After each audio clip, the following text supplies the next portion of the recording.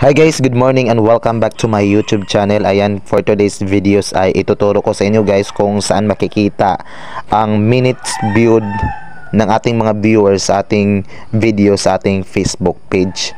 Ayan, so yan po ang tatalakayin natin ngayon, at kung bago ka sa aking channel, huwag mo kalimutan mag-like at paki-subscribe at paki-click ng bell button para updated kayo sa upcoming videos na tuwing mag-a-upload ako. Ayan, so ngayon tuturo ko na sa inyo kung saan makikita ang minutes viewed ng ating mga viewers sa ating video sa ating Facebook page. Ayan, so first is kailangan meron kayong application or meron kayong app na na-download sa inyong mga CP tulad nitong Creator Studio. So sa Creator Studio, nandyan po lahat. Makikita mo yung takbo ng iyong Facebook page. Lahat na mga analytics sa iyong videos.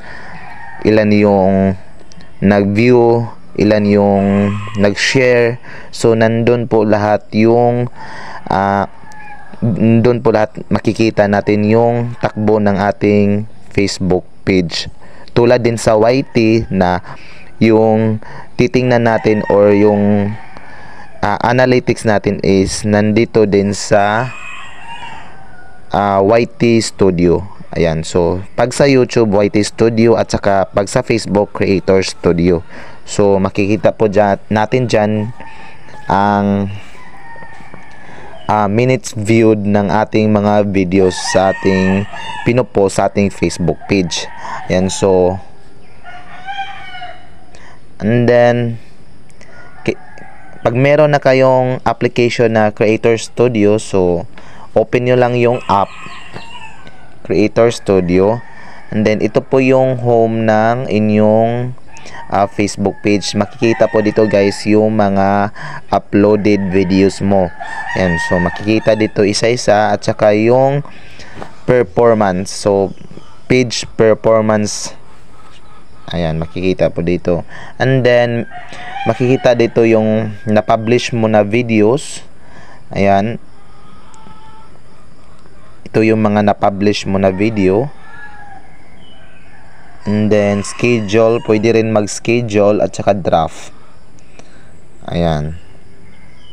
So dito guys is dito mo makikita ang minutes viewed ng ating mga viewers. Dito makikita yung performance. Ayan, so ito yung past 7 days. So ito yung performance past 7 days. Ayan, so minutes views, yung minutes viewed is 796. And then yung 1 minute views is 188. Ayan, so 188 person yung nag-watch ng videos ko na umaabot ng 1 minute. At saka yung hindi umaabot ng minute, ayan, so 796 po sila.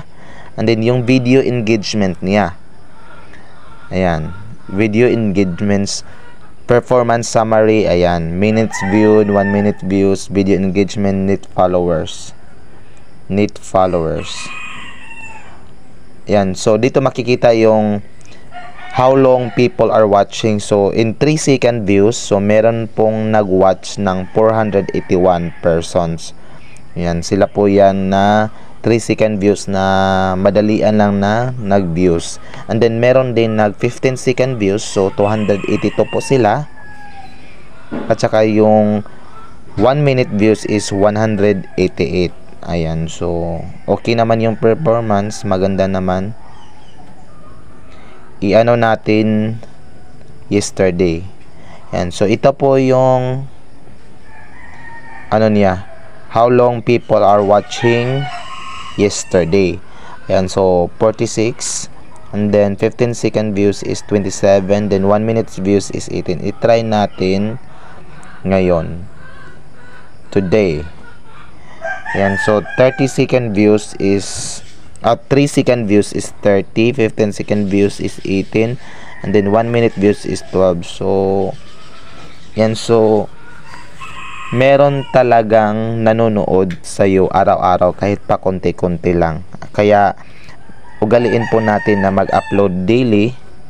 And so aangat at aangat po yung Facebook page natin. Ayan.